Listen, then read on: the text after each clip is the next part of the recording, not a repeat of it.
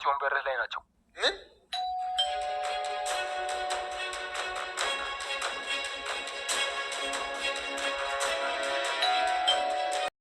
ቤተሰብ ዛሬ የሐረግ ድራማን የክፍል 35ን ወደ እናንተ ይዘን መጥተናል። በጣም ደስ ብሎኛል። እናንተም እንኳን ደስ አላችሁ። እሱስ ደስታው ምንድነው ለምትሉ የመግቢያው ላይ እንዳያችሁ ያፌትና ሉሊት አለቀላቸው። ኤፍዬ ከዛ ሁሉ ስቃይና መከራ ተገላገለች። ጽዮንና ናታን ታሪክ ሰሩ።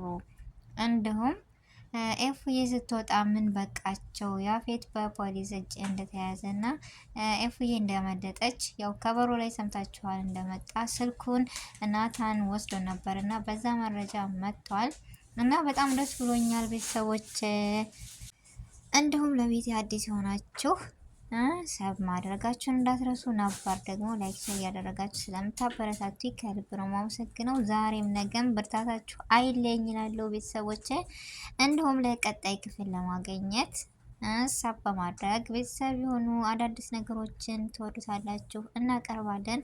አስተያየታችሁን ደግሞ በኮሜንት አስቀምጡልን እና ዛሬ እንደምታዩት ገኒ ያፌትን ምን አደረገች? ቀልብ ያልወደደውም ማለች። ምንኛ ሴት ናት አለ አይደለ? ሰውን አይቶ ሰውን የሚገምት ሰው ማለት እሷ ናት ገኒ። ገኒ ግን ምን ሆና ነው? በጣም ጥሩ ሰው ነበረች፣ ወዳን ነበር። ነገር ግን ለቤዛ ያደረገችው ነገር ዛሬ ተገቢ ነው አይደለም። ናታን ነው እንደዚህ ያደረገው ብላ የልጇን ገዳይ መልሳ እስር ቤት ልከተው ነበረ። ነገር ግን ናታን ያልተረዳው ሰው ኑሮ እንጂ በጣም የዋህና ለሰው ቅን አሳቢ ነው። እንደዛ ሆኖ እንኳን በማይወዳት ልጁን ግን ለመቀበል ልጁ ያልሆነውን ልጁን ለመቀበል በጣም ዝግጁ ነበረ። ስለዚህ በቤዛ ማዘንና በቤዛ መሰቃየት እሱ ራሱ በጣም አዝኗል። እንደዚህ የሚያደርግ ሰው ጨካኝ አልነበረም።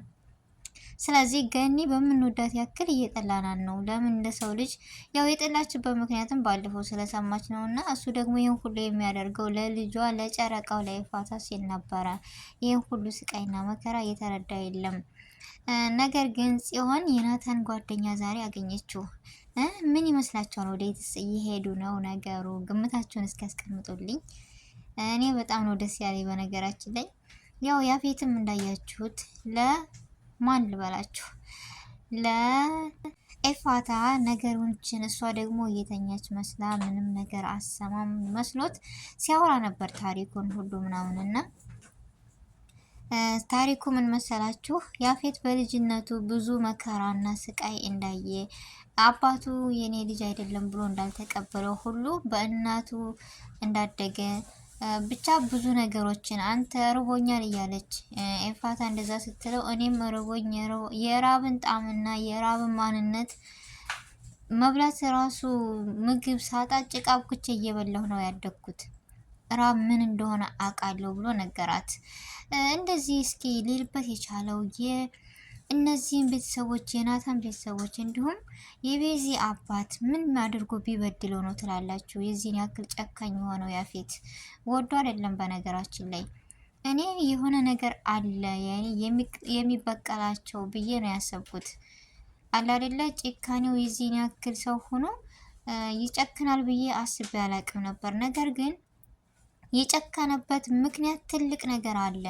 በእናቱ ይሁን በአባቱ ብቻ የሆነ ነገር አለና ቤዚ እንዳያችኋት በጣም አዝናለች። በጣም ከምላችሁ በላይ ልጇን አታለች። እሷም ከህይወቷ አደጋ ላይ ነበረ። ነገር ግን እሷ ተርፋለች። ልጇ ብዙ ህልም እያየሁበት ነበረ። ብዙ ነገር የምታስተካክልበት ነበረ። ያው ዋሽታም ቢሆን ስለምወደው ናታን ደግሞ የኔ ነው ብሎ ተቀብሎ እንዳያችሁት የሱ ያላደለው ልጅ የዛ ሰዓት ስላጠጡት ቀልቡን ስለማያውቅ የኔ ነው ብሎ ተቀብሎ ነበረ። ስለዚህ ዛሬ ላይ ግን ያን ነገር ሁሉን ነገር ተበላሽቷል። ወዶ አይሰቋሉ። ወደ ሌሊት ልምጣ እስኪ።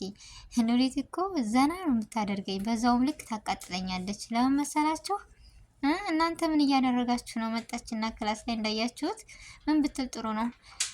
እኔን ሊሸውዱ ነው ምናምን በቃ ሀረካቷ በጣም ነው ደስ የምትለኝ። ግን ደግሞ በቃ ነገረ ስራዋ ሁላ ታቃጥላለች። ለገንዘብ ውጣ ውረድ የምትለው እኔ እንጃ አንዳንድ ጊዜ እና ሉሊት ይቺ ልጅ ግን ልትወልደው ነው እንዴ? አታደርገውም። እንዴት ነው ያልነቃሁት እስከ ዛሬ?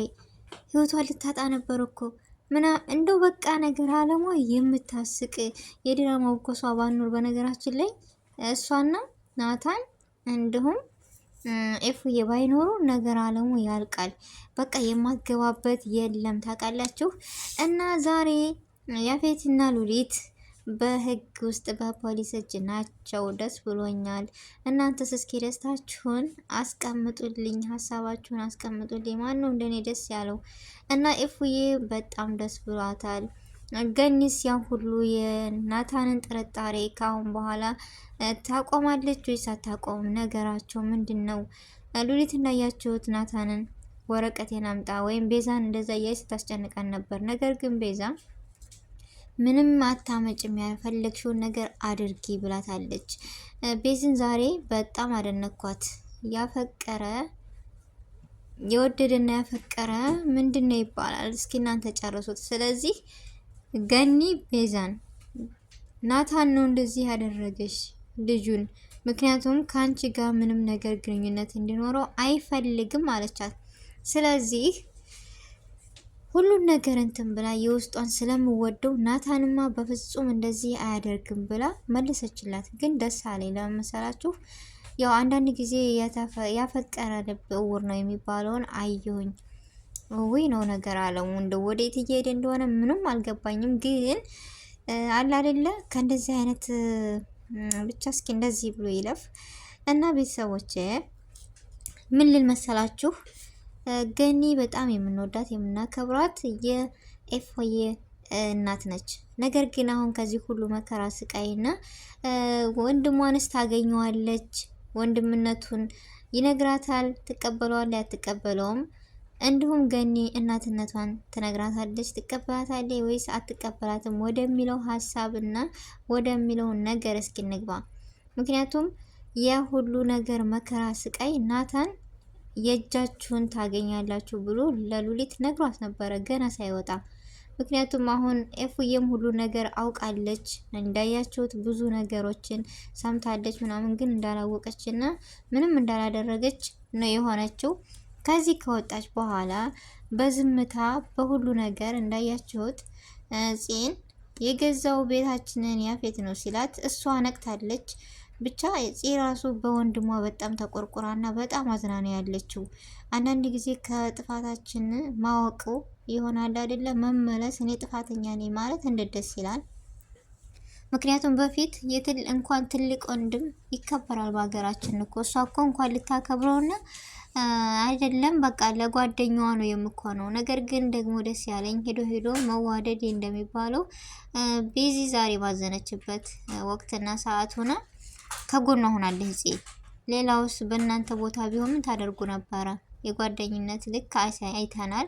እንደዚህ ደስ ይላል። ግን ፂ ካሁን በኋላ ከወንድሟ ምንም ነገር ጣልቃ ላገባ ከጎኑ ልኮን ሁሉ ነገር እንዳስጠላትና እንደደበራት ቤዛም ሁሉን ነገር እንደሰማችና እንዳወቀች እንደደበቀቻት አውቃለች። ካሁን በኋላ ግን ምንም አይነት ጣልቃ ትገባለች ብዬ በመካከላቸው በፍጹም አላስብም። ምክንያቱም እየተጸጸተች ነው ያለችው አሁን ላይ እና ደግሞ አሁን ላይ ስራም የለኝ ምናምን ብላ ብቻ ሁሉ ነገር ደብሯታል። ቤት ሁሉ ራሱ መምጣት አስጠልቷታል እና ጽዮን መጸጸቷና ወደ ወንድሟ መመለሷ በጣም ደስ ብሎኛል።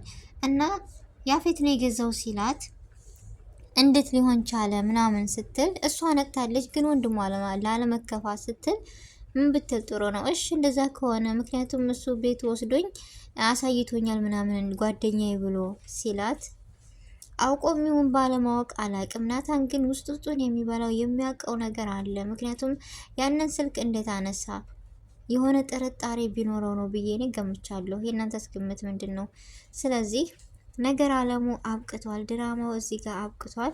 ካሁን በኋላ ደግሞ ኑሪት ወይም ሉሊት ምን አይነት መጨረሻቸው ምን አይነት ነው የሚለውን እስኪ አብረን እናያል በቀጣይ ክፍል። ቤተሰቦቼ የያፌትና የሉሊት መጨረሻ ምንድን ነው? ሰውን አስለቅሰው የእጃቸውን ያገኛሉ ወይስ አያገኙም? ቤዝ እስካሁን በኋላ በልጁ ሀዘን ምን አይነት ሪያክሽን ታሳያለች? እንዲሁም ኤፉዬና ናታን አንድ ላይ ይሆናሉ ወይስ አይሆኑም ከዚህ ሁሉ ስቃይና መከራ በኋላ የሚለውን ሀሳባቸውን እስኪ ግምታቸውን አስቀምጡልኝ እላለሁ ውድ ቤተሰቦቼ።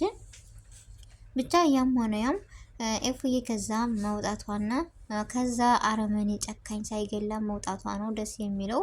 እኔ በጣም ደስ ብሎኛል ቤተሰቦቼ፣ እናንተንም ደስ እንደሚላችሁ ተስፋ አለኝ እና ሁላችሁንም ከልብ ነው የማመሰግነው። በአዲስ ነገር እስከምንገናኝ ድረስ በያለንበት ሰላማችን ብዝት ይበል።